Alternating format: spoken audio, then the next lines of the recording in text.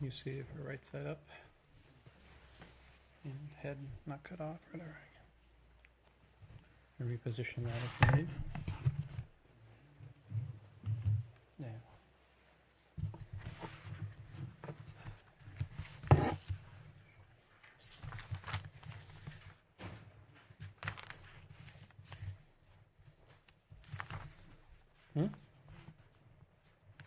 Jai Ma Kalyani.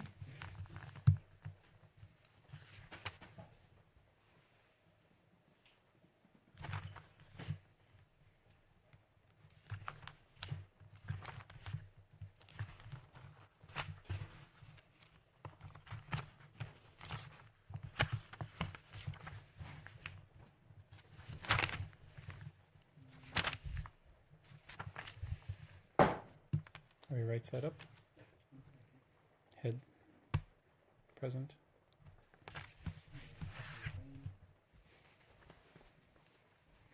Om. Jai Ma.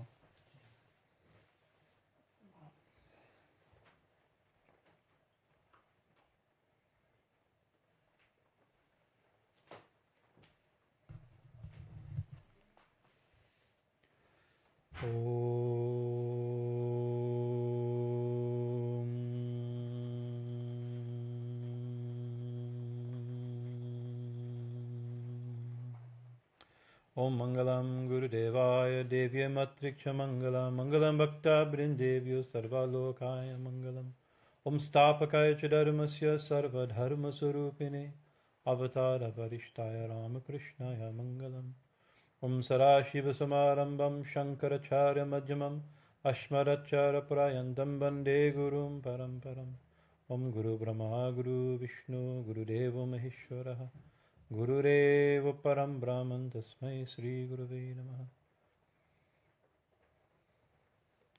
Sri Gurubhyo Ganesha.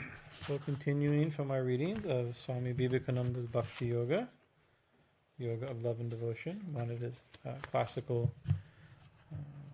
very famous works on called the Four Yogas. He wrote can't say he wrote, he spoke he gave a series of lectures, but conscious that they'd become books. He knew he wanted to give, so he spoke in a way that could be recorded, knowing they'd be recorded and edited into these 4 books. And so we've been reading on Bhakti Yoga.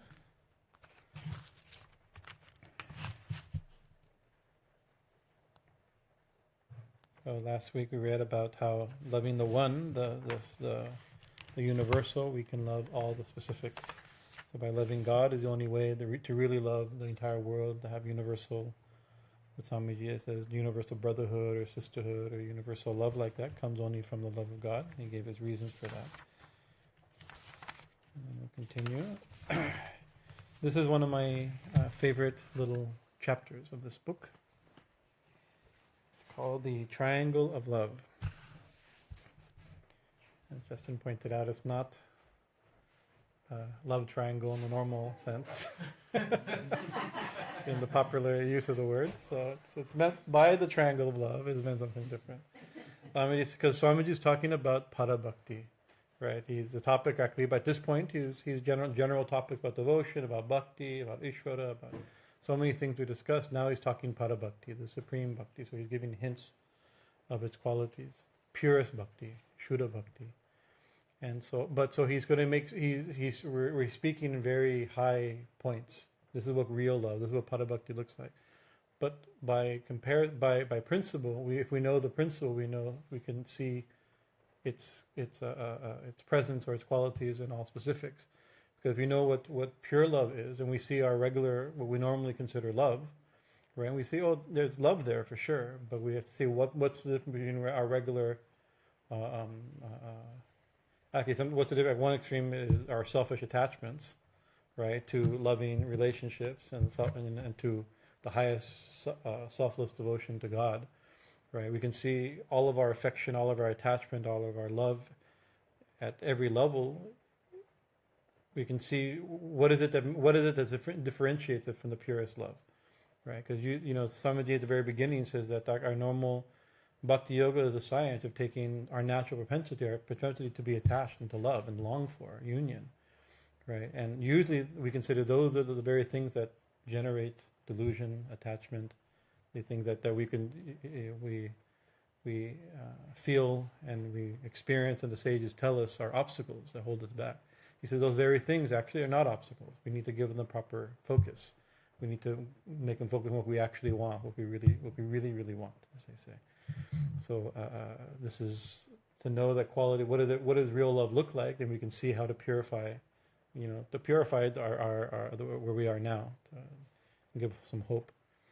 It's not what we keep joking. Swamiji used the term frothy talk. Remember this some weeks ago, right? Because sometimes we just talk philosophy, right? Frothy talk. It's things way above discussing and arguing and things beyond our experience, But it's not just meant. Although we're speaking way above our experience, perhaps, but it's not really above our experience. We have intuitions of this. This is when we hear a saint make these statements or something, even though we may not have direct memory of such an experience, we have some.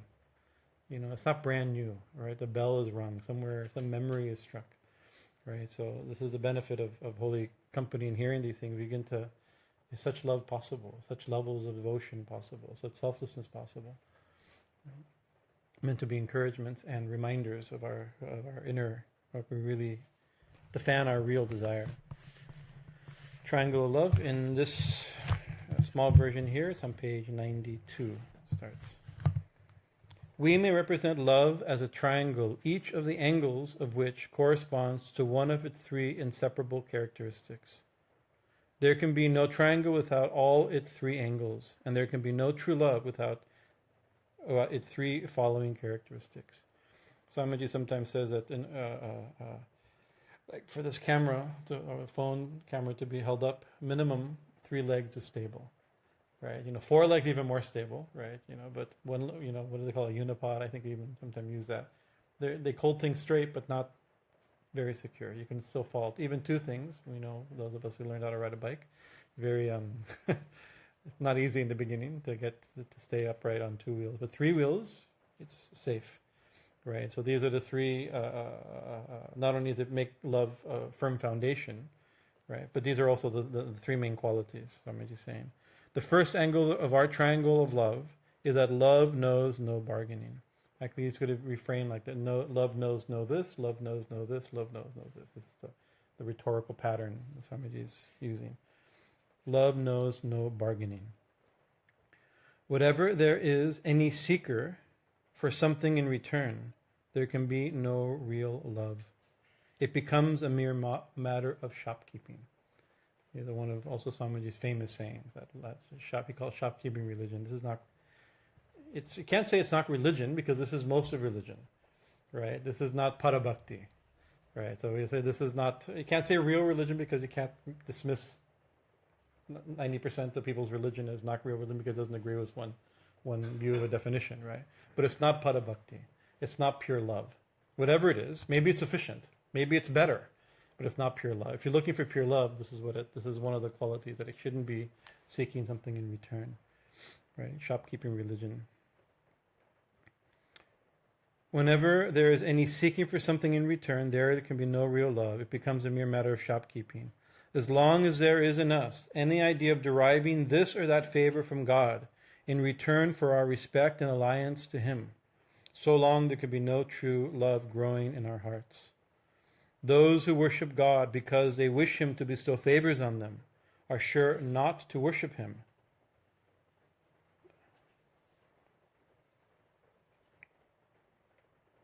Sorry, I lost my place. Those who worship God because they wish to Him to bestow favors on them are sure not to worship Him if those favors are not forthcoming. So this is the thing, is that of course this is natural, we praying to God even for we many people come. We can't say like, what are you going to pray for when you come in? If you're praying for something, you're praying for your family, you're praying for a job, you're praying for health. You can't come in. That's selfish. You can't do like that, right? We also do, right? Who else are you going to go to?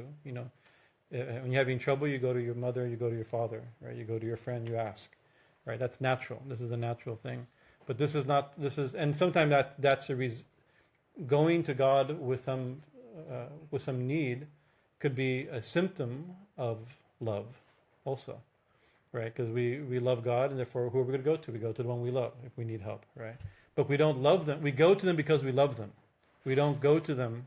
We don't love them because they give us something, right? And you can see sometimes in our own childhood we go to our mom because we want something, right? And if she doesn't give it to us, we don't stop loving your mom.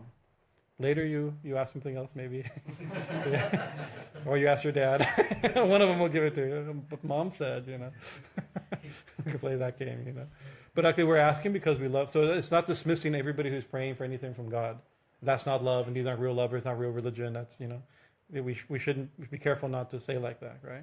We go out of love. The one we love, we know that God is the source of everything, and God has we express our natural desires and pains of our heart to the one we love, but we don't go to them because they give it. We don't love them because. That's Swamiji's point, and you can see sometimes it's not that common, but we sometimes see somebody says, "Oh, why don't you? We haven't seen you at the temple." Well, I came and I prayed for something, and Ma didn't do it, so I don't believe in her, right? So somebody it's like, wow, that's. I've never seen that. It's not a common to have it so exactly somebody's point. But sometimes you can see. Sometimes it's behind people. They will, it's like the saint. If you pray to Shirdi Sai Baba, you get some benefit. It doesn't work, right? It's like, or you go Balaji. If you break a coconut before Balaji, he always fulfill your desires. Oh, we run to Balaji, fulfill your desires. So no, I tried that. It doesn't work, right? Right, that's not this type of religion. That's not the real thing, right? If you love Balaji, right? Then naturally you go to him. And maybe also we joke when we're reading the Satyanarayan Katha in the Padma Purana. All these stories are they seem to the normal modern mind a little superstitious type stories, but somebody says, I'll do the puja. I'll do the Satyanarayan puja because there's the first story in Satyanarayan puja. There's one poor Brahmin, and he can't, because of his past karma, he cannot get even enough to eat. He's suffering the result of his poor karma. And somebody said, if you do Satyanarayan puja, he'll give you everything you need. Oh, okay. I'm making a sankalpa. I shall do Satyanarayan puja, right? And he does the puja. Lord Narayan blesses him, and he has enough money to eat and performs all the puja with great faith. Then another story happens. Somebody attends that Satyanarayan puja of that Brahmin. I think he's a woodcutter in the story. It's been a while since I've told the Satyanarayan Katha. He's a woodcutter, and he says, "Oh, what are you doing? Oh, if you do this puja, then Lord Satyanarayan blesses you." Oh, I'm also, I'm making, if Narayan gives me all the things I need to do the puja, then I'll do the puja. First, I'm going to do the puja. Right, and Satyanarayan gave all blessing. Next one, if he gives me everything I need, then I'll do the puja. Right, and so I always joke at Lord Narayan thinking, I better give him everything, otherwise he's not going to worship me, and I really need to be worshipped. It's like a weird psychology. It's like the Lord, definitely will give him everything. And then the third main story is that of a merchant, businessman mind, right, different type of consciousness, and he says, he hears about the Satyanarayan puja from a king. Badrishila, I believe, and he says, me and my wife haven't had a child. We've been trying. So, if I have a child, right, I shall do Satyanarayan puja. So he's not just if I get enough money to do to gather the samagri, the coconut and the flowers and those type of things for the puja. If I get it, so he's thinking, so if that Narayan character, if he wants a coconut from me and halava, right, he better give me a daughter. Right, and then he got his daughter, right, and then his wife was saying, "You need to do puja." No, there's no rush. Why should be so fanatical about these things? When she's married, we can do it at the time of her wedding. It says, right. There's a famous story because also especially Bengal and other places, part of the wedding is Satyanarayan puja. It comes from this because maybe somebody made a promise to Satyanarayan puja. You better clear it on your wedding. So part of the wedding, after you leave a couple of days later, they do Satyanarayan puja. Very common. So again, he's pushing it. Now he really got a daughter, but a daughter is also difficult for a businessman. He needs a good husband. How is he going to get her married? How to marry? So he's got a daughter, get her married. But behind it, of course, is the story is told about the tendency of mind, the bargaining quality of mind. But it's idea that if God wants the coconut, if Ma wants the sari, she better. I promise, if I get a job, then I'll bring Ma sari. And many people, Ma gets saris all the time. Most of those people are fulfilling a promise to her, right? But that's not. We shouldn't dismiss them because that's their own deal. That's their own. they're dealing with Ma, like that's their own business. We shouldn't. But we should be a little careful when we analyze in our own mentality. Are we doing this because in order to get something? Right? But even Sri Ramakrishna would he worship? Would he offer coconut and sugar candy? Sugar candy was coconut in order to somebody to be healed or something. He needed some. That's a very auspicious desire, though, right? But for Keshav Sen, Keshav Sen, he'd so sometimes we tell people it's like, I don't want to tell you that there's no magic here. You do this, you get that, but I think Ma likes coconut and sugar candy.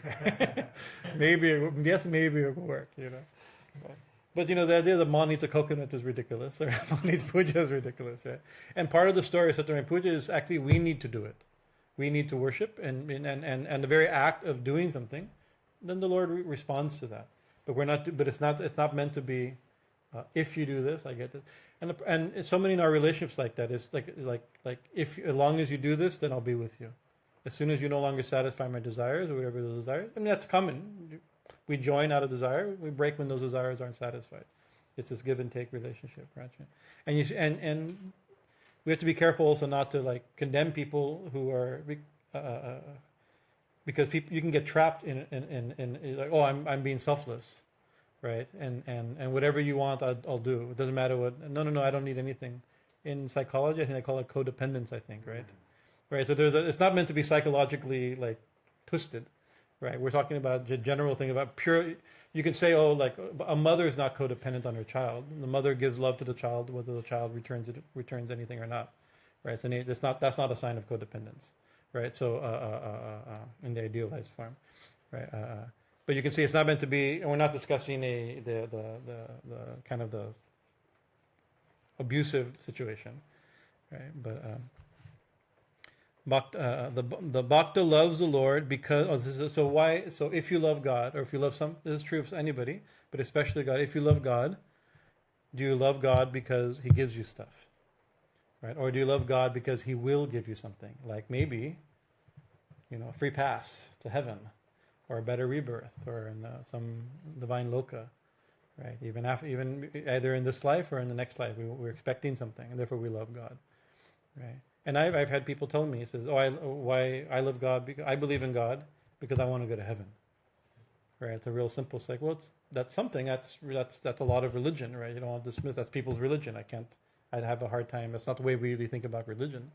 That, I have to believe in God, because if I don't believe in God, not even love God, believe in God, right? Loving God is a different, sometimes belief in God and love of God is considered the same. It's not the same thing, But so why love God? Why love God? Because He gives you stuff, or He will give you some situation, or stop you from getting some a bad situation, and give you some favor, right? So why else should you love God? Why else to love God if He's not giving you something? There's a question. Swami has a very nice sentence. I don't know if anybody spontaneously comes up with the answer. What's your answer, Swamiji? With the book in your lap. What does somebody say? Oh, you're looking at somewhere. Okay. You're keeping notes. The Bhakta loves the Lord because He is lovable. That's the best answer. You love God because He's lovable. Right? The only reason I love Komalakanta, he's just so lovable. I get a lot from him too, not just that. But the main reason, there's other benefits. But that's actually the highest reason to love anybody, is because they're lovable, not to get something. To get something it's something. It's a relationship. Maybe it's a business relationship. It's an ambivalent relationship, or maybe a survival relationship, right? Maybe it's appropriate. People families arrange marriages to secure dynasties and raising of children. Maybe that's all fine. Right, but it doesn't deserve this highest title, right? The real reason, because they're lovable. Why do you love somebody? Because they're lovable. Why do you love God? He's lovable, Swamiji actually says he's the only object of love. Actually, real love can only be given to God. And even when we love somebody else, we're trying to love somebody else. We're actually loving God or trying to love God. Right? That's Swamiji will make that point as we go along here. The Bhakta loves the Lord because he is lovable. There is no other motive originating or directing this divine emotion of the true devotee. Then Swamiji tells the story from Sri Ramakrishna's parables. Sri Ramakrishna told the story many times. We have heard it said that a great king once went into the forest and there met a sage. He talked with the sage a little and was very much pleased with his purity and wisdom. Usually the stories go for why do kings always go into the forest? For hunting, right? And the thing of it, that's always why wasn't it? The only reason to go into the forest is to hunt animals. It's possibly other reason to kill something, But actually, and so there's the trouble. It's like why all the Mahabharata and Bhagavatam they go into even Padma Purana, story after story, kings go into the forest for hunting animals. And the reason they're given allowing because they're not hunters, they're kings. Right, hunters hunt animals, not kings. But the reason is because it allows development of martial skills in times when there's no war. So they're allowed, but never without reaction. Doesn't mean that there's no karma. It may be allowed, but doesn't mean without reaction. You're like we're all allowed to eat what we want, but there'll be reaction when we eat. We overeat, you'll get sick. It's like we still are karmically responsible. Not that, like that. So usually when it happens, they go into the forest and something bad happens. This one, nothing so bad happens. He gets, I believe, in larger versions of the story, he gets a little lost, and he finally gets a little hungry or thirsty, and he comes to a hermitage of a sadhu, and sadhu gives him, so some auspicious thing happens in the middle of this. This is what happened here. Swamiji is summarizing, skipping some parts of the story. He talked with the sage a little, and was very much pleased with his purity and wisdom. The king then wanted the sage to oblige him by receiving a present from him. The sage refused to do so, saying, "The fruits of the forest are enough food for me.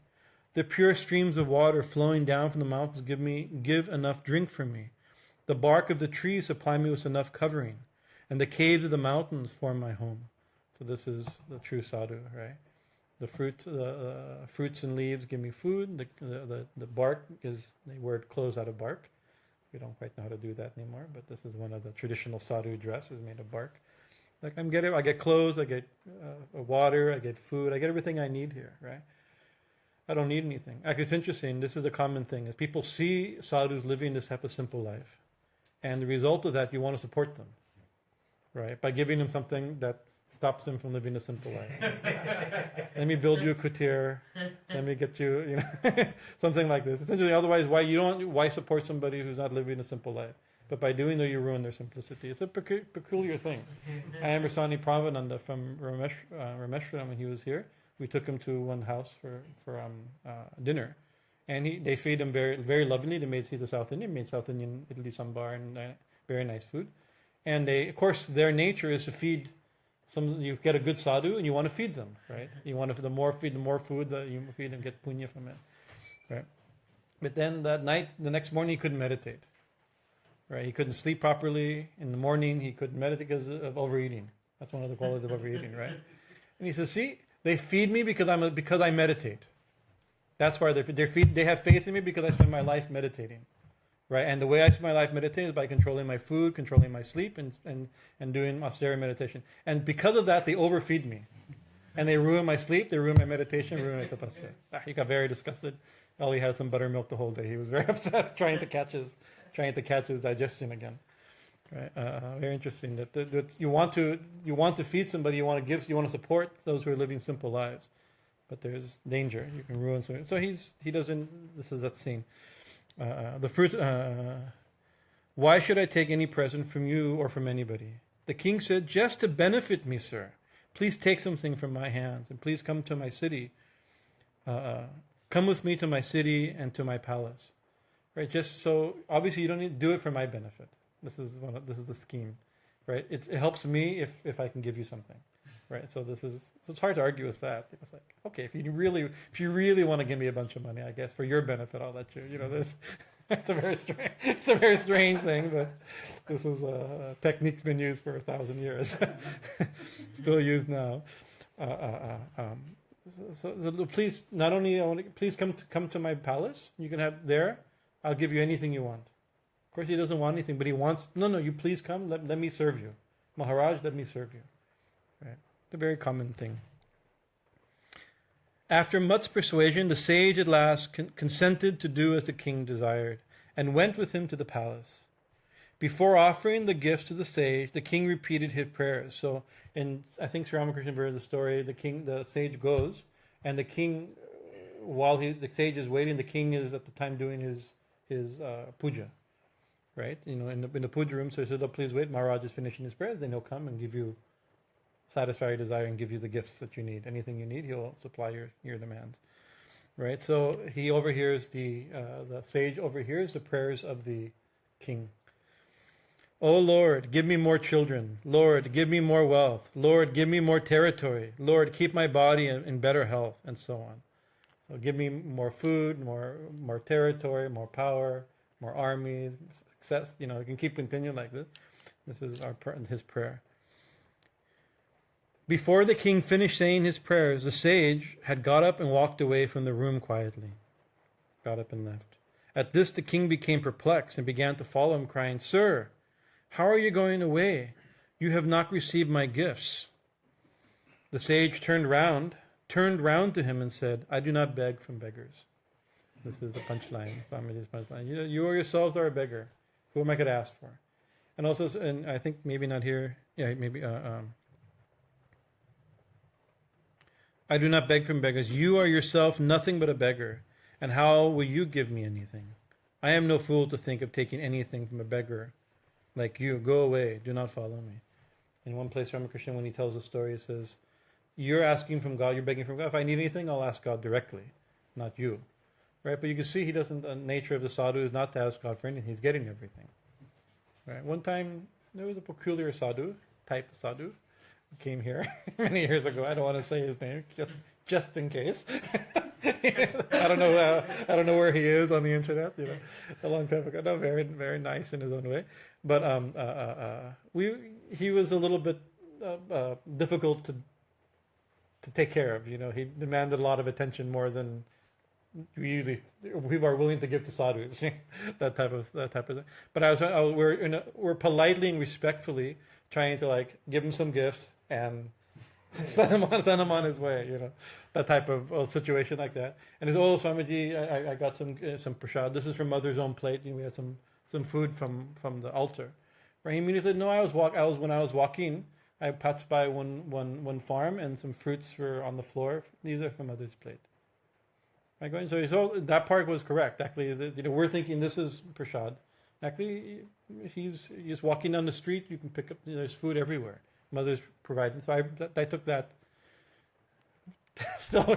He's still encouraging, but I thought it was very interesting. Because actually, everything is. If you live very simply, you don't need much, right? But the kings don't live very simply; they need a lot, right? And even the pious king, this is a good king. He's praying to God for these things, right? I've quoted this before. There was a small book. It was very impressive to me. Small book that the ISKCON put out. It's out of print now. Maybe it's called Perfect Question, Perfect Answers or something. And it was an interview. Now he's written this devotee, I'm forgetting his name right now, has written some controversial science, pseudoscience books. But that time he was a Peace Corps worker in Calcutta, in the village, and he was talking with Prabhupada, and they're having some discussion, and he says, "Well, isn't it wrong that people pray to God for money?" Right? He was a typical thing. People shouldn't pray for. He was, you're trying to defeat religion as a young person. You know better than all religion, and these people are all the Sunday religion. They're praying for God. They're praying for money like this. And Prabhupada has a great line. He says, "No, prayer is always good. Even praying for money is good." Thank you. I'll take a little bit. Thank you.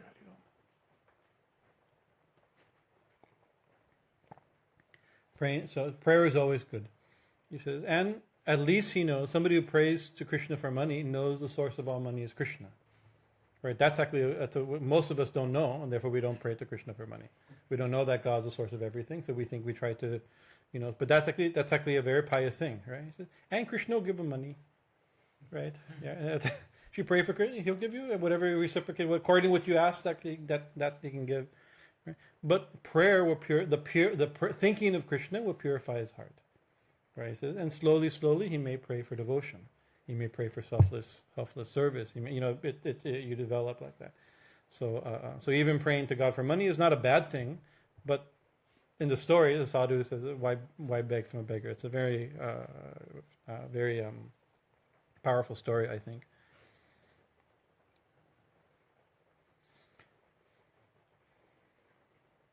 There is well brought out the distinction between mere beggars and real lovers of God. Begging is not the language of love. That's another great line of Swami. He has these great, powerful punch. Begging is not the language of love.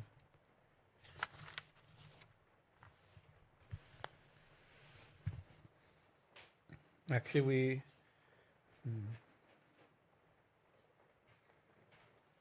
I'm trying to, maybe you remember, I think Sri Ramakrishna tells a story, but I'm forgetting, it's a little unclear, about somebody who was,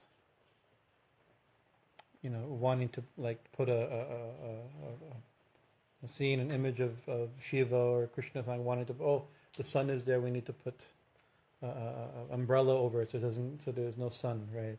And we have to be careful make sure that everything's clear so that when he steps down from the shrine, he doesn't step on anything, right? Like if one would think, God doesn't, but think about this. He's thinking how to please God, not God give me shade, clear my way. He's thinking how to give shade to the deity, how to clear the way for the deity.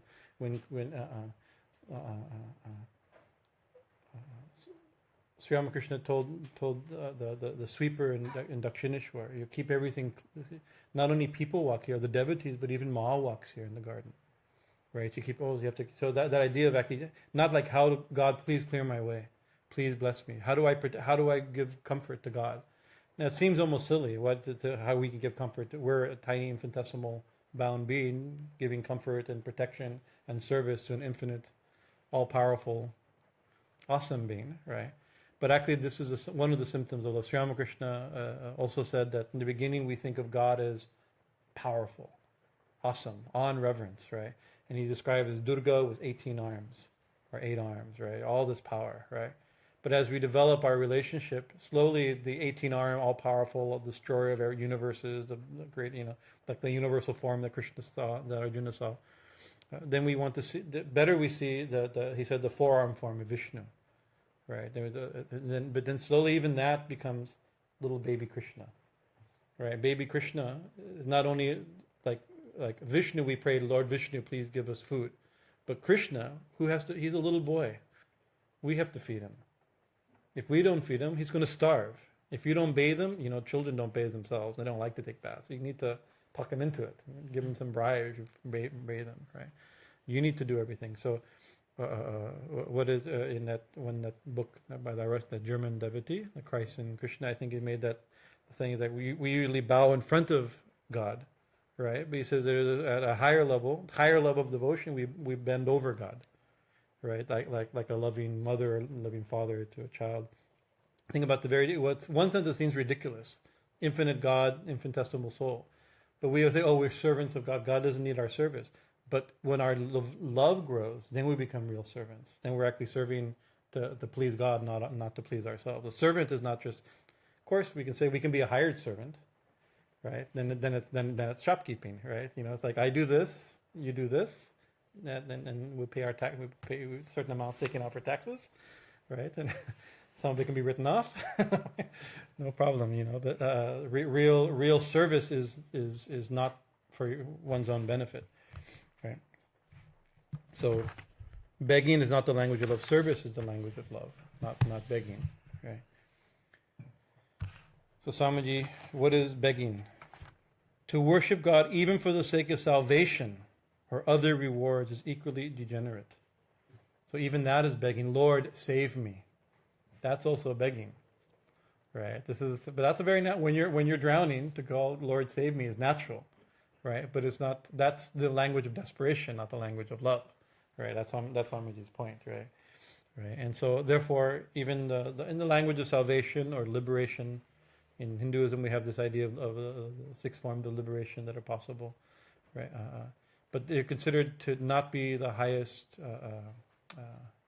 In the devotional traditions that are connoisseurs of this love of bhakti, they actually place mukti at not the goal of life. We usually think we have dharma, artha, kama, moksha. That's okay, he says, but then is bhakti, bhajan. Bhakti is the highest goal of life, right? And not just to get free. Of course, one time, maybe some of you were here that day, Swami Bhajanananda was talking about this mukti and the desire for liberation as a primary thing for spiritual life. And somebody made a comment, somebody in the devotional school, right, or thinking they were in the devotional school, were saying, yes, but what if you don't want devotion, liberation, you want devotion? Don't be stupid. Foolish, stupid talk. Who doesn't want to be free? You want to be bound? Stupid. Nobody wants to be bound, right? Of course, that's not what's meant. It's like, you want to be bound? Nobody wants to be bound. The idea is it's a bhava thing, not a tattva thing. Actually, liberation, we need liberation even to have devotion. We want to be free from our selfish desire, our limitation, our maya. That's what we mean. Bhakti is the goal of liberation in a certain sense. But nobody wants to be, because we say, and not understanding what we're saying, taking a few nice sounding things from a tradition we don't fully understand. It's like, then be born again and again, along with that. It's like, who talks like, do you really think like that? It sounds good, right? Right? But nobody wants to be bound. But simply wanting to be free is not the same as love, unless you want to be free to love. That's a different thing. We want to be free of our anartha. We want to be free of our selfishness, of our this type of thing. That's another thing. That's okay. But just simply God for and usually by salvation, of course, in Hinduism we have these different forms of mukti, or to attain birth in Vaikuntha or Shivaloka, like this. People want to be born into a heaven world, right? And that's nice, right? But is that the highest goal of religion, right? And in Christianity and the Western forms of religion that spring from those traditions, it's also we want to be people like I have to believe in God, I have to love God so that I can go to heaven, right? Even asking God for heaven is a type of subtly selfish. Lord Chaitanya in the Shastakam prays, as many times as I may be reborn, O Lord, grant me, O Lord, steadfast love for thee, right? Doesn't mean we want to be born again and again, but if we're going to be born, let me love you, right? Love is more important than not being born, not born, because born, not born, all these are just, this is the category of frothy talk. These are nice abstract theological things. You believe, if you believe this, and you won't be reincarnated. And then the time you thought, we've developed all kinds of theologies and of things about the future birth or future life after death, like this, right? Independent of that, right? Whatever that may be, loving God is the important thing, the real goal. And we've many times have quoted, because I think they're quoted. I think about them all the time. Not embarrassed to repeat myself again. The two famous lines from the mystic Rabia. I think that's how Rabia, the Sufi female saint. There's only a few lines recorded from her, and two of the ones that I think about all the time is one. She says that, "O Lord, if I worship you to attain paradise, deny me paradise. And if I worship you to avoid hellfire, burn me in hell." Right? This is her prayer. If my worship is to go to heaven, deny me heaven. Right? Because that's not real worship in her. But if I worship you out of love, you please accept me. Right? And the problem is, and then the other famous thing is a very short line. In one hand I have a torch, in the other hand I carry a bucket. With the torch I'll burn down paradise, and the bucket I'll put out hell, the fires of hell. So we know what real religion is. Because the problem, these two ideas, they may even be true. She's not denying the truth of heaven or of hell, right? Maybe these are eternal verities. These are all things we have no evidence of. We only have testimony of, right? But whatever it is, even if they're absolutely true, but what is religion? Is religion wanting to go to one and avoid the other, right? This is not the highest goal of religion. So Swami Vivekananda says, never make heaven your goal, right? And he says heaven and earth have only one name, earth. He says just another extension. Extension of this is just more of the same, even if it's better. Maybe here we get sick, there you don't get sick. Here we are lonely, there we're whatever the definitions are of a glorious afterlife and avoiding a horrible afterlife, right? This is whatever that is. It's not religion. It's not the real religion by Rabia's discussion. I think these are very powerful lines. Or the Emerson poem, what is it? "O thou meek lover of the good, find me and turn thy back on heaven." There's a great line in the book called Brahma, I think, right? Brahman, yeah. The poem is called Brahma by Emerson. It's a beautiful poem, very, very lovely, weaving ideas from the Gita and from the Upanishads. But that's Brahma is speaking. God is speaking. But he says, "O thou meek lover of the good, find God, and turn thy back on heaven." Doesn't mean, but of course, sometimes we have to be a little bit generous, and we think, oh, see, heaven is not the goal, and therefore the Christians don't have real religion. Actually, if you ask many Christians, by heaven they mean love of God, they mean union with God. It's the language. Every religion has their own language to describe the beatific state, right? But within all religions, Hinduism and Christianity included, there's also those who know heaven's a place, hell's a place. I have to go to one and not to go. The only way to do that is to worship God, right? It's not about my love of God. I want to eternally be in union in the beatific vision of God. That's my heaven. That's heaven. And eternal separation from God is hell, right? That's real theology. That's the real thing. Right, but still, the idea is that why you loving is not for any reward, even a heavenly reward, or a better reward in this life, or next life, or in the afterlife. However, love knows no.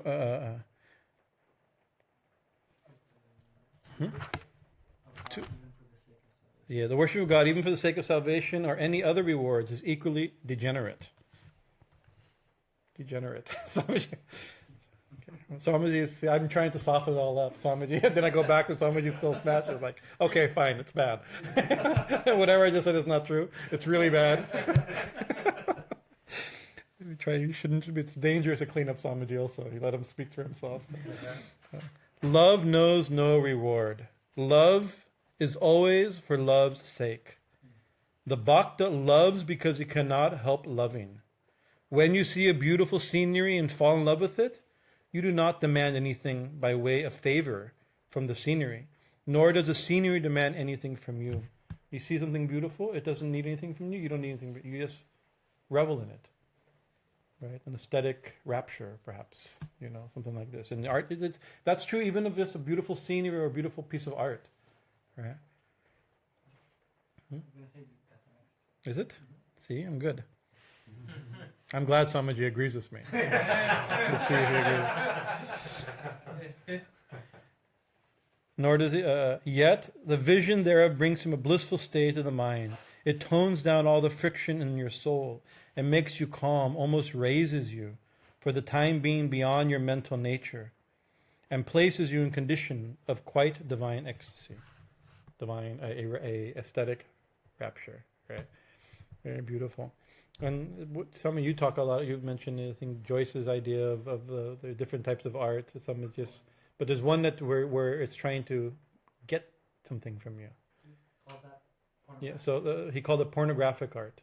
Pornographic art is trying to attract you to control you, to get some you to do something, right? So this is not love, right? Even actually we categorize advertisement in this category, right? Most advertisements is in this category. It's art attracting you, but why? Not just to transport you to a transcendent reality to shine through, right? That's not the goal, right? It's manipulate. This nature of real love is the first angle of our triangle. Ask not anything in return for your love. Let your position be always that of a giver.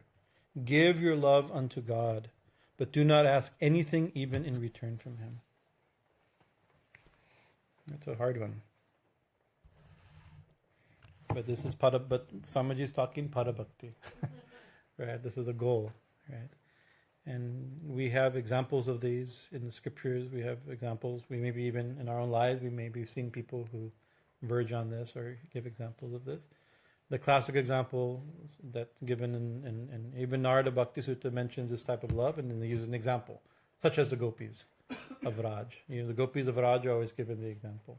And the gopis of Raj, it depends on how you analyze them and which texts, the Bhagavatam and there's various Gita Govind and all these different texts that tell the story of Radha and Krishna and the gopis and like this. And sometimes the different gopis have different relationships with Krishna. Some of them are jealous of each other. Some of them are selfish. Some of them are selfless. But so that's one way. And so there's all categories of loving relationships in the Vaishnava bhavas, right? We're not going to go into those. That's a different topic. That's a very esoteric topic, right? But generally, you can say the gopis are examples of selfless devotion. Their pleasure was in pleasing Krishna, right? And even in I think in the maybe even the Gita Govind itself, Jayadeva Goswami, I believe it's there. Gita Govind is a text above our purity level, so it's not to be read by whimsically, right? But some general philosophical points have been pulled from it, so that's all I can say. Not the romantic episode between Radha and Krishna that's beyond our knowledge. But there's one point where Krishna is I think it's in his introduction to Gita Govinda. I'm not exactly, I don't perfectly remember, where Krishna says, "Oh, I have a horrible headache," right? And he's looking for the only way and everybody's, "Oh, what can we do to make it better?" If somebody can put their feet on my head, that will cool it. And everybody's horrified because he's God. Who would put their feet on God's head? This is the worst of all sin. To do so definitely will throw one to hell for sure. What could be more disrespectful? Even if it's God's asking, you don't do it. It's such a horrible thing, right? But one of the gopi maybe immediately, no, here, my feet, I'll put my feet on your head, right? Because you're thinking whatever makes Krishna happy, whatever gives him relief, that's what I want to do. I'm his servant, right? His lover, whatever he wants that I do. Okay. So the gopis are always to give an example of this. They don't want liberation. They don't want. Of course, within the relationship, there's like I said, all the different bhavas. Some of them do want and demand, and there's a play of lila going on between them. That's not the point here. The reason Krishna has this type of lila with them because they have selfless devotion to him. Therefore, they can have these relationships with him, right? And the problem is when we try to think, oh, I can have those relationships with Krishna, is that we don't have selfless devotion, and we pollute the whole thing, right? So the problem. So the first angle is love knows no bargaining. Angle 2. The second angle, oh my goodness, okay. The second angle of the triangle of love is that love knows no fear. Those who love God through fear are the lowest of human beings. Actually, when I'm reading this earlier today, I should read what I'm going to read tonight, so it doesn't surprise me, right? And I was thinking those who are the lowest of, like, lovers or of religious people, but of human beings. I can think of worse human beings, but Swamiji can't, right? He's so disgusted with this idea. The lover of God, one who loves God out of fear, one who fears God. Better not to know about God.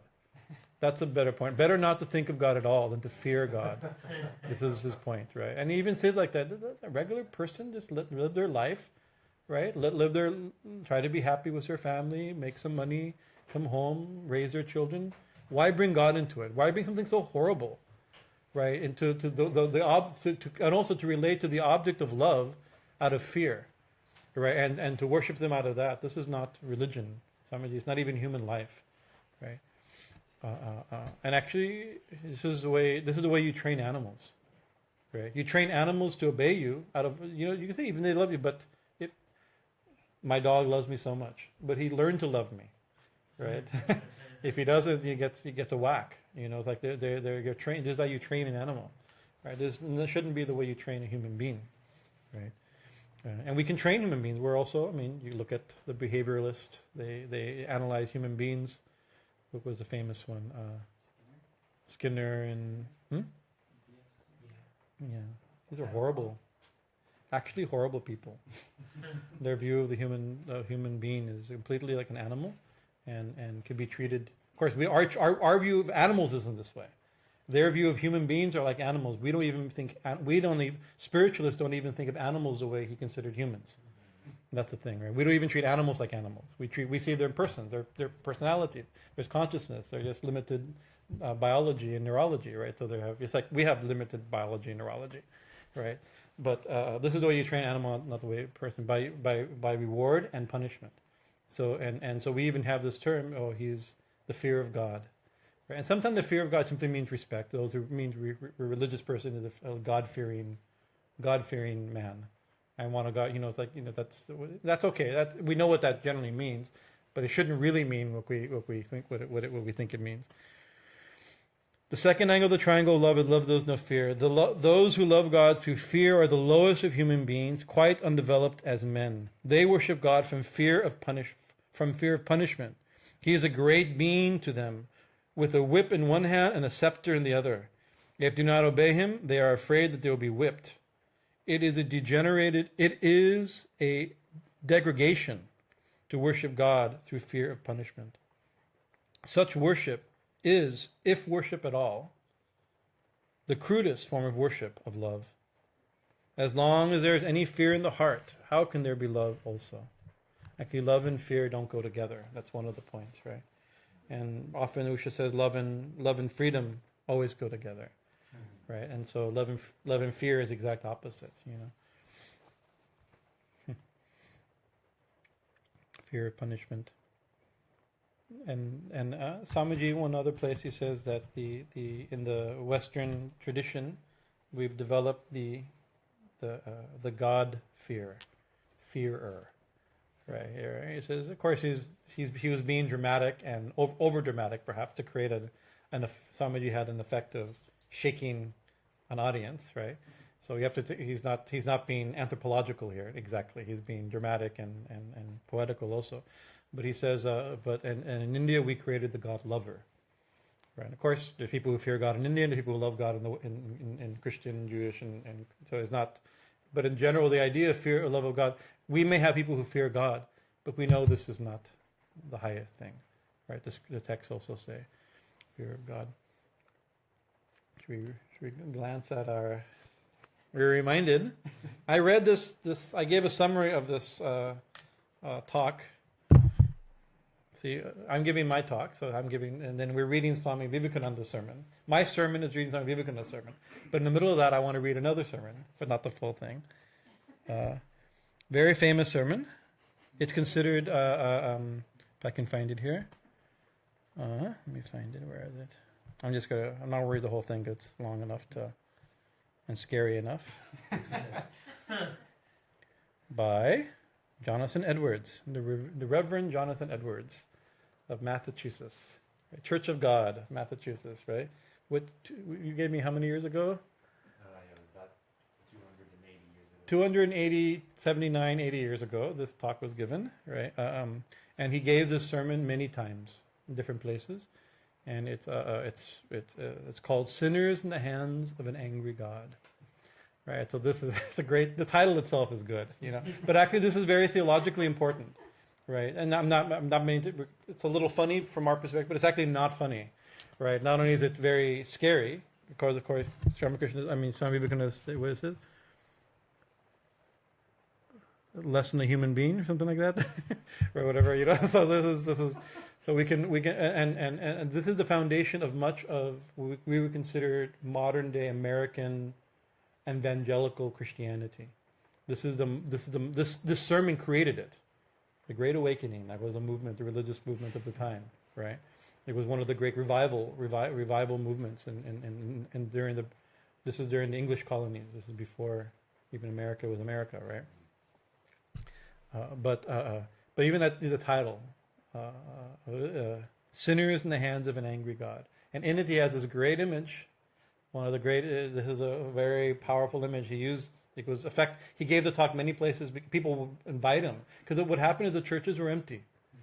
Right. This is actually there's a motivation behind it. He was a preacher, and but the churches were empty, and all the colonies, everywhere they went, they established a church. They had to have a church, right? And the churches are empty because the colonial living was hard living. This is hard. This is a hard life, right? And religion is not the only thing, right? They have quotas to make, right? That the colonies, they're sending money back to, they're sending goods and money back. It was a difficult life, and in order to get the so this sermon was so successful that other people asked him, "You come to my church." He traveled all over the colonies and gave the same lecture or version. He just read the same lecture, the same sermon, and thousands of people. There was an upsurge in Christianity during the colonies, right? But that's so colored. That's really become what we consider now. I mean, in a lot of the modern churches, it's been watered down and thinned out and like that. But the core of it is a theological punch of what we would consider like evangelical forms of Christianity in the West, right? And the view is, of course, most people here know something about the biblical theology and the story of the fall, redemption principle of Christian religion. But there's many ways to consider this principle. There's the fall of sin of Adam and Eve. We've inherited that sin and become separated from God, and then God so loved the world that he came as Jesus and by sacrifice he united God and man once again. That's a simple, actually very beautiful, mystical, universally applicable, right? Maybe salvific, right? That's maybe a true thing, right?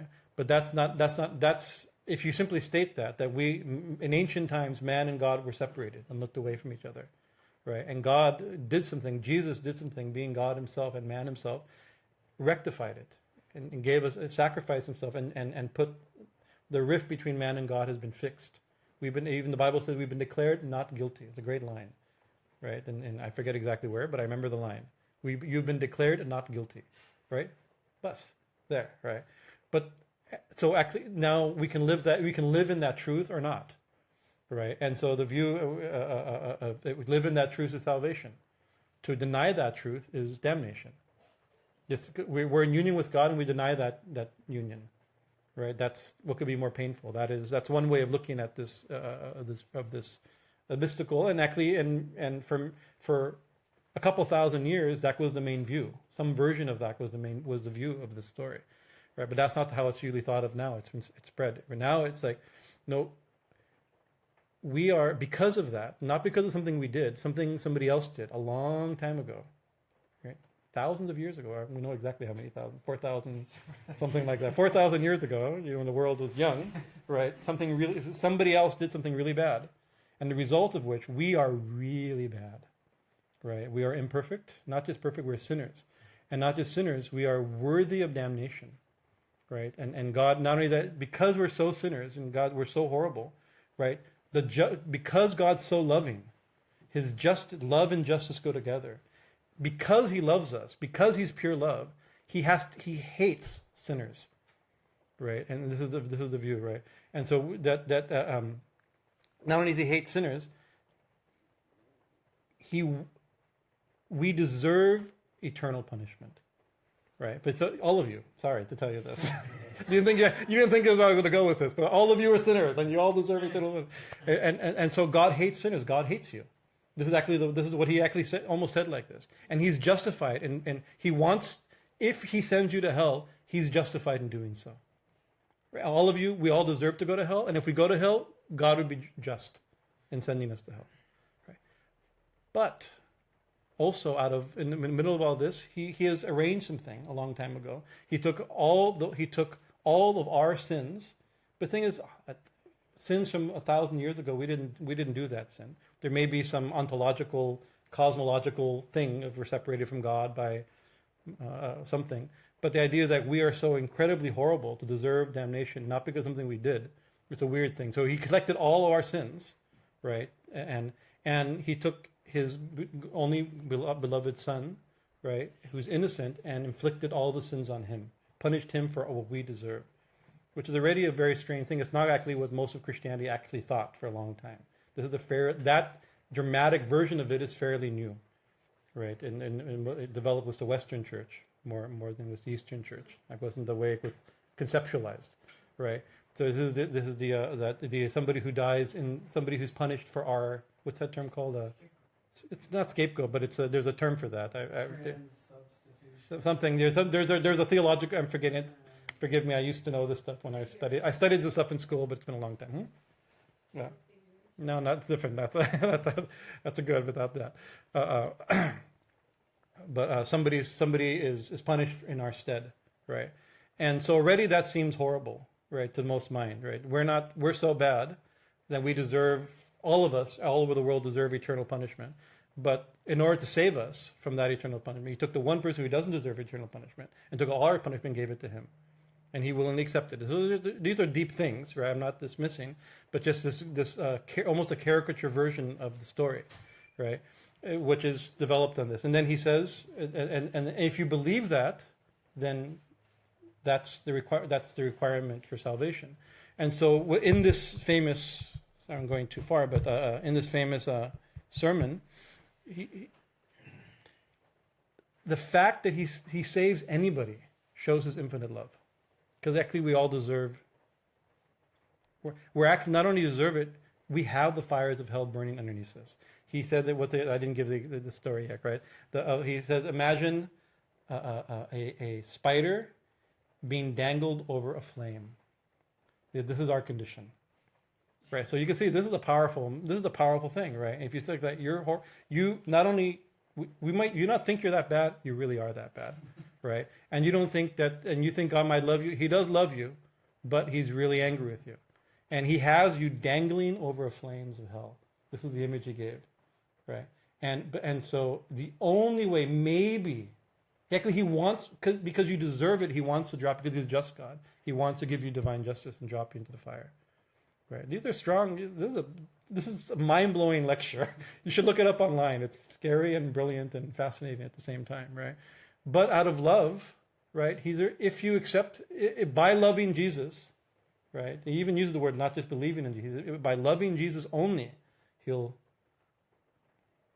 not drop you into the fire, right? This is a very strong thing. This is the, and you can see that's been permeated into all the different forms of God these are the main points of the lecture I shall give you. God may cast wicked men into hell at any given moment. 2, the wicked deserve to be cast in hell. Divine justice does not prevent God from destroying the wicked at any moment. So usually Yogananda says no, not even the most horrible father will want the punishment of their son, right? You know, even a bad father wants their son to be happy, their child to be happy. Right, so Yogananda, in one of his, he says, why would we say that God wants, But yeah, think about it. Swamiji didn't come that much after this talk was given. This is he was almost commenting on this point. So actually that a loving father would do that He's ready to drop us. The wicked at this moment suffer under God's condemnation. We've already been condemned into hell. The wicked on earth at this very moment suffer the sample of the torments of hell. The wicked must not think simply because they are not physically in hell that God is not at this very moment as angry with them as He is to those miserable creatures who are already in hell. Right? These are the points. This is you can see. So this is Swamiji's talk. This is this talk. It's really interesting. But but I'm bringing this is a little bit heavy on it, but it goes on like this, right? But this is fear of God. You love God, you follow, you obey, you love, and you believe. Otherwise, inconceivable horrors await you, right? That may be true. I'm not even denying this is true. That's not my position. Right? I'm not a preacher of this gospel. I'm a preacher of a different gospel, right? Right. There's people who are expert at preaching this gospel. And we sometimes even listen to them. They're very interesting, right? Right. I like religion, even weird stuff in religion. I like everything weird. The weirder and the most outrageous, even I love. Right? I love religion. What to do? Right? But this is not my religion. Right? This is not Swamiji's point, because this should not be the motivation for love. But the amazing thing is that because God actually is lovable, right? Even people who may have been inspired by this talk, or by the modern day versions of this talk, which are still being done on TV and in churches and on street corners and pamphlets, all written in capital letters, the whole thing, as we've all come in contact with these, right?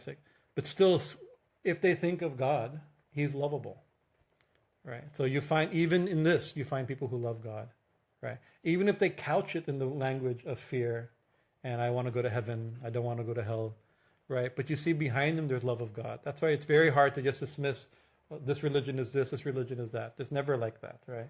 Even within this, in Sri Ramakrishna, they said that these are people also love, these are also, if you're sincere and they actually want God, they can find.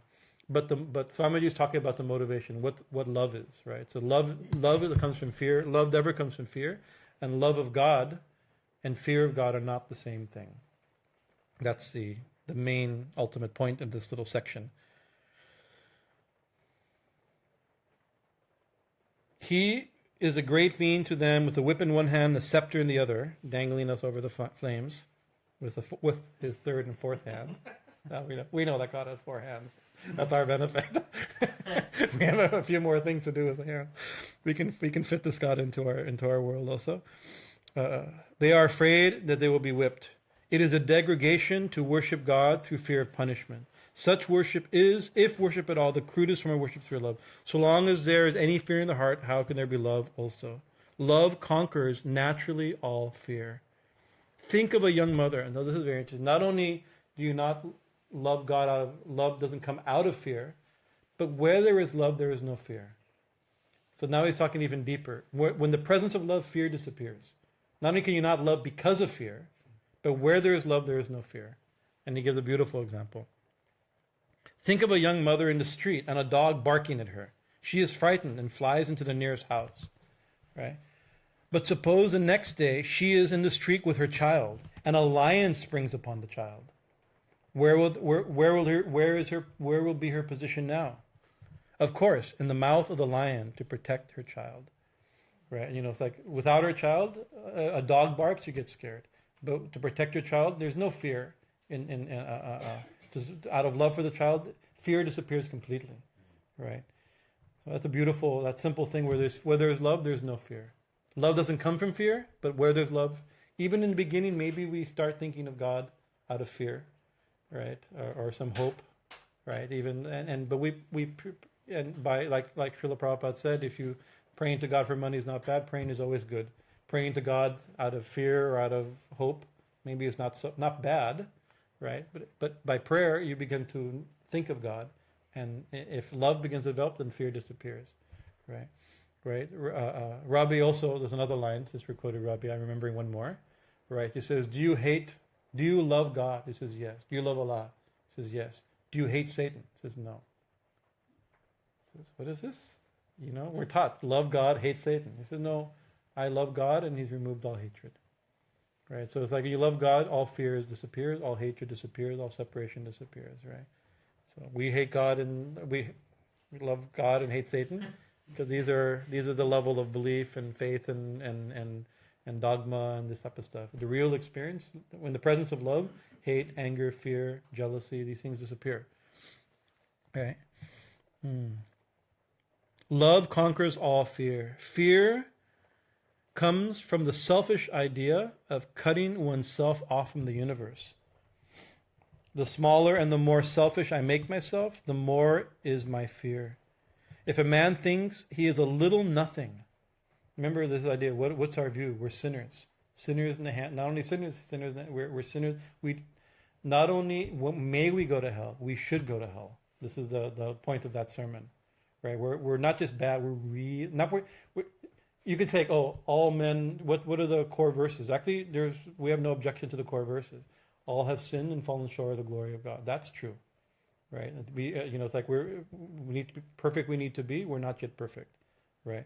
But there's a difference between not the glory of God to deserving being horrible, miserable, horrible sinners. Swami Bhajanananda, another place, we all know that famous, it is a sin to call a man a sinner. Right?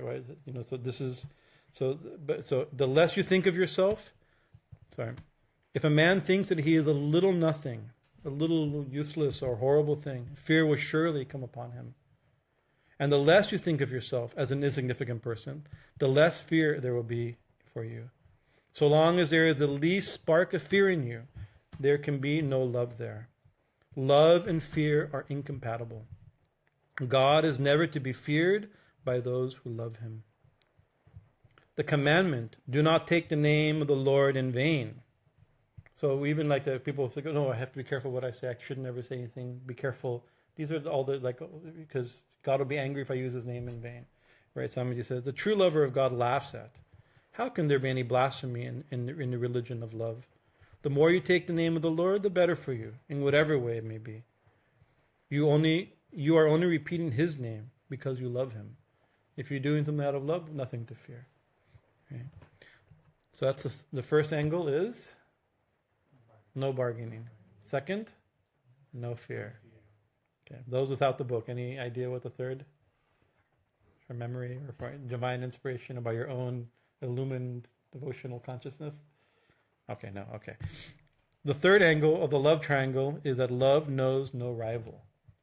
This is interesting.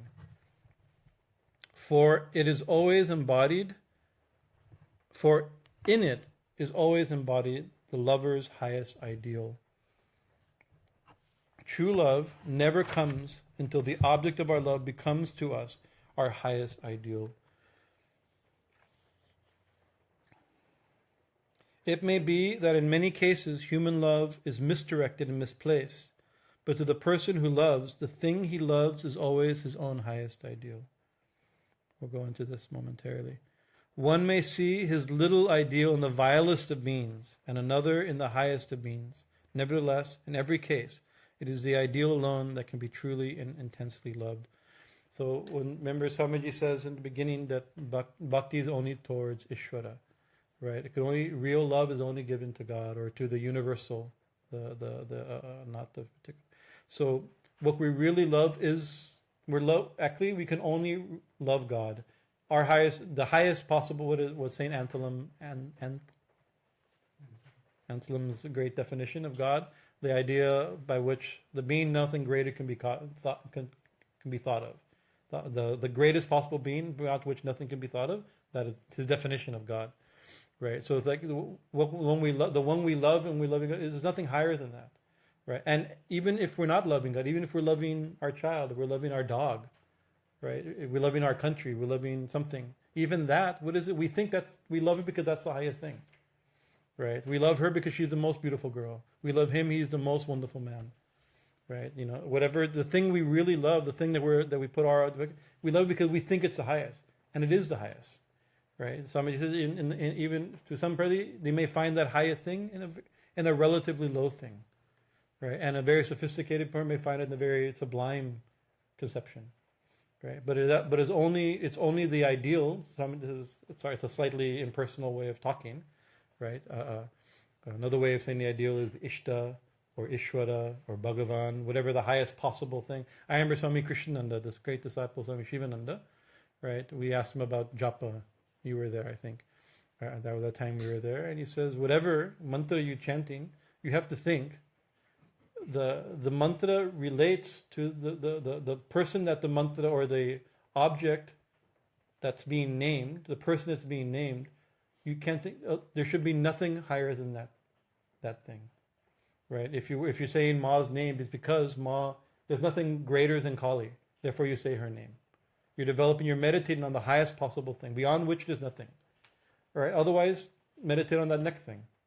If you think there's another deity greater than Kali, then meditate on that deity. Why are you meditating on Kali? Right? Krishna also says, it's like those who worship lesser deities, they worship me only, but in the wrong way. There's many ways you can understand that verse. Right? Some people consider that's a little sectarian, where you're saying worship me, other deities aren't important. Like, worship whatever you think. If you think something higher, if I'm higher than them, worship me. Right? Whatever the highest, worship the highest. I'm not saying that we're not trying to stratify what's higher and lower, but if you think something, sometimes somebody, I remember years ago I was getting a suit made for a funeral, and somebody asked me, what do you study at school? The guy measuring me, the last time I ever measured for anything, many, many years ago, college days. I'm studying religious studies. Oh, really? What do you study? Comparative religion. So what's the best religion? And I said, well, that's not what we study. It's not that type of comparative to find the best religion. But he says, but ultimately my religion is the best religion. Otherwise, if I thought another religion was better, I'd be another religion. Right? That's by definition. At least, or I can. But we, as an open mind, we say, oh, this is better for my taste or my temperament. I'm not stratifying. Whatever religion is best for you, because we could say it in that general way.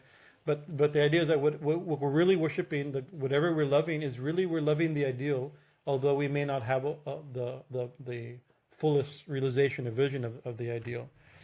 One may see his ideal in the vilest of beings, another in the highest of beings. Nevertheless, in every case, it is the ideal alone that can be truly and intensely loved. The highest ideal in every man is called God, the being by which nothing greater can be thought of.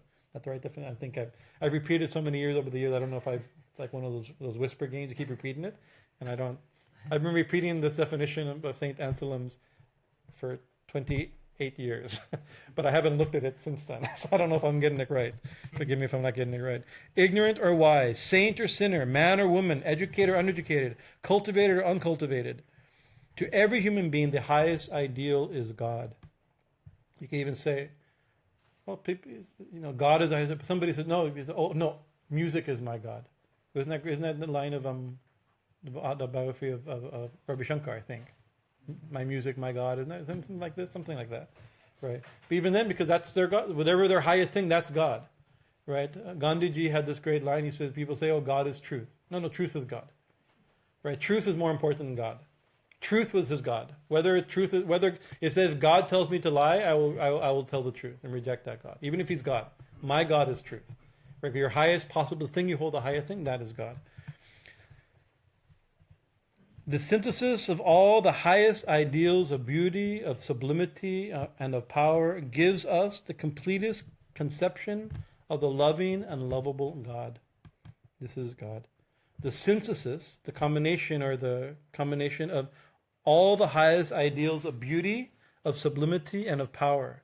Give us, those taken together, give us the completest conception of the loving and lovable God. We love God because he's loving and he's lovable. Oh my goodness, I have to finish this, please forgive me. I'm going to go a little late, but we can't do 2 of the 3 legs. The thing will fall over, so I have to finish it. These ideals exist in some shape or other in every mind naturally. They form a part and parcel of all of our minds. All the active manifestations of human nature are struggles of those ideals to become realized in practical life. All the various movements that we see around us in society are caused by the various ideals in various souls trying to come out and become concretized. What is inside presses on to come outside. The perennially dominant influence of the ideal is one force, and the one motive power that may be seen to be constantly working in the midst of mankind. It may be after hundreds of births, after struggling through thousands of years, that man finds that it is vain to try to make the inner ideal mold completely the external conditions and square well with them. After realizing this, he no more tries to project his own ideals on the outside world, but worships the ideal itself as ideal from the highest standpoint of love. The big idea, big ideals. But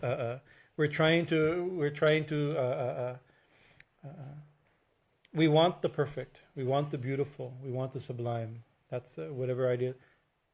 And we try to seek it outside, we don't find it. Right? And we try to sometimes make it so, force it to be so. And we, life after life, struggle after this is thousands of years. This is one way of interpreting these ideas. Right? But at the highest point, one realizes just can't say the abstract, but I mean, in a certain sense, it's abstract. Love is independent of any particular. Right? This is when you love the universal principle rather than the particularized forms. From the highest standpoint. This ideally perfect ideal embraces all lower ideals. This idea of God, the highest possible beauty, the highest, in a certain sense, abstraction, that encompasses everything. We talked last week about finding the samasti, not the, I forgot the universal. The particular manifestations is one thing, and the universal principle. When you realize it, what you're looking for really is that universal principle. Even in the particulars, you stop looking for it in the particulars. You see it in the particulars, but you stop depending on it, right? Like if you're looking for eternality, right? You can't find it in the changing body, right? So you look for it in the unchanging. Yet you see it in the changing body, but you don't exclusively see it. It won't satisfy you and change your mind. Anyway, we'll continue because we're running out of time. Everyone admits the truth of the saying, this is that saying from Shakespeare you found, that the lover sees Helen's beauty on the Ethiop's brow. Right? Where was it found? You found it? Midsummer. I wasn't so familiar. But the one you're looking for the one you're looking for, the one you think you're looking for is the one you see. That's a hard way of saying it. Some of you, the example I want to use the example from the sake of the self, not for the sake of the wife or the wife to think of the self, is a perfect example. But somebody's going to usually what I do, I say it and then he says it. So I'm going to wait a second and get there. It's a perfect explanation of this line. The man who is standing aside as a looker on sees that love is here misplaced, but the lover sees his Helen all the same, and does not see Ethiop at all. Helen or Ethiop, the objects of our love, are really the centers round which our ideas become crystallized. What is it that the world commonly worships? Not certain it is all-embracing ideally perfect ideal of supreme devotee and lover. That ideal which men and women commonly worship is what is in themselves. Every person projects his or her own ideal on the outside world and kneels before it. The great line. We project our ideal and we kneel before it. That is why we find that men who are cruel and bloodthirsty conceive of a bloodthirsty God, because they can only love their own highest ideal. So it's interesting that if a violent person projects violence as the ideal and sees a violent God, right? A loving person projects love as their ideal and worships a loving God, right? Or a sinner is of an angry God. An angry person sees an angry God, right? A forgiving person sees you see somebody who's full of compassion their view of God is going to be compassion, right? You were saying? In one of the Psalms, God speaks and says, "You made the mistake of thinking that." Yes.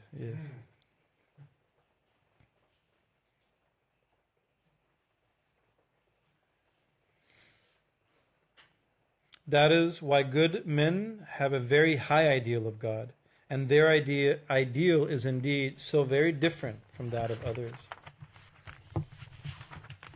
And so actually that's where it ends. That is why good men have a very high ideal of God. So actually there's so many in the study of religion, which has been my interest and hobby and academic career in the early years, all these years. I'm fascinated in religion, but we're interested in all the phenomenon of religion. Personally, I'm interested in the phenomenon of religion, right? But the thing that inspires us most is not just seeing how religion works and spreads and what it does in society and how it generates. That's interesting in its own, if that interests you, right? But really, what's interesting is the religion of the saints. The view, you look at the saint. What is their view of God, right? Not just good men. So you look at the gopis, you look at Narada Bhakti Sutta, you look at Sri Ramakrishna, Chaitanya Dev. Read the saints, their idea of God. These are extremely refined people, completely pure parabhaktas. Their view of God is not only you see them and they're mind blowing. You think of these saints, they're so inspiring. But one thing, thinking of a divine ideal has made them like that, or they're like that because they're like that. Imagine what their ideal is, right? Think of what their view of God is. Sometime in our own inner world, when we see great saints, people we believe to be great saints, we just when we meet them or we think about them, those who have passed, but even living saints, say, what it would be like to see the way they see, right? It's interesting. You think, how do they? I'm looking out, loving all these people. Imagine if Sri Ramakrishna was here. Not only wonderful to see Sri Ramakrishna, but what does he see? Right? Actually, he even said, we see. Swami Vivekananda said, we see people. Like one time, a prostitute came to Sri Ramakrishna, and especially at that time, extremely judged personality, and you can make an argument for and against and social, who's the fault, and and gendered inequality, all the things like that. But he didn't see that at all. He didn't see a prostitute. He didn't see a woman or a man. He saw the Divine Mother, right? Because in every person, he said sometime one place we just recently read, he's telling somebody, everybody here is Ram, right? You don't see it, but it's true. Everybody here is only Ram, right? He could see it like that. So it'd be interesting to be able to imagine what that scene is like. And then, but also, not only do they see, and we give faith like this and some inspiration, but they also, Bhakti Yoga, right? It's a method, is also a technique, a group of principles to train ourselves, to purify our desire, purify our love, free from reward, bargaining, fear, and rival. Interesting about rival also is that it means that there's nothing else to love. That's not. In the next chapter, he finishes the idea. We didn't get there. I thought I was going to get there foolishly. I was thinking I'm going to get further than I am. I think that means, and it's one way also to interpret that have no other gods before me. It could be as a judgmental thing, is only worship this God, not anything. But actually, there is no. When you love God, there's no second. There's almost not even no rival. There's no second, right? There's no second being. There's only the one you love. There's nothing else, right? So there's no competition. You can't love. You can't say you can't love two people. You can love two. You can love. Swami already established. If you love the one, you love the many, right? But there's never a second. There's no second. Right? That's why there's no fear. Why there's no competition. There's no. Anyways, we'll leave it. Hopefully no comments because we're already 10 minutes late. Aha! See, you're ruining it. You're worse than me. It's your fault that we're late, not mine. Well, when you said, Tell me. it just stimulated something when you said, what is it like for saints then? Because my guru used to say, I welcome you because I see the divine light of consciousness. Yes. This is wonderful. Yeah. So my Swami Ramatirtha, who came in, the great Swami who came to this country in 1907 like this. Wonderful. And we have so many of his lectures that he gave, and he always gave his lecture. He always started in the same way, and it means impressed because my own Guruji, when he came to this country, he also told me read Swami Ramatirtha, right? So I know he loves Swami Ramatirtha, and he'd start his talks the exact same way, probably inspired by Ramatirtha, but also hopefully the same. He says, "My own self and the former brothers and sisters." This is how he'd always start it. Not only like Swami Vivekananda, Sisters and Brothers of America, we all know the like that. But it was my own self and the former brothers and sisters. This is a true, and whether or not that's his realization, we believe, right? But even to think about my own self, just imagine to think like that. My own, I greet all of you, and so he'd write letters to me. My own self, dear innermost self. That's how he signed it. He signed, dear innermost self, Bhajanananda, right? And then he'd sign it, thy own self, Guruji. Right, that. So you're the innermost self, and he signed it yourself. Right, beautiful. Swami Shivananda did something. He probably also learned. He came from the tradition of Brahmatirtha and Shivananda, and so he used that same. He was inspired by these saints, and he agreed with their tradition. Right, they matched his own realization. But still, what a powerful thing. He's like, no, you're a friend, you're a well-wisher. We do ways that we're not. We can do that, but and sometimes we'd sign like that in his tradition. Amongst our loving devotees we have such a connection with, but it seems almost embarrassing because it's not actually our it's like you're well-wisher, not like your own self. The truth is your own self, but Guruji could say that with full confidence. We're saying it with faith that Guruji saw that. Not that, we're not quite there yet. But very, very, very nice. Okay, that was worth it. Okay, you will not be punished. We shall slowly take you away from the fire for one more day. Dharma. Hari Om Tat Sat. Hari Om, Hari Om, Hari Om.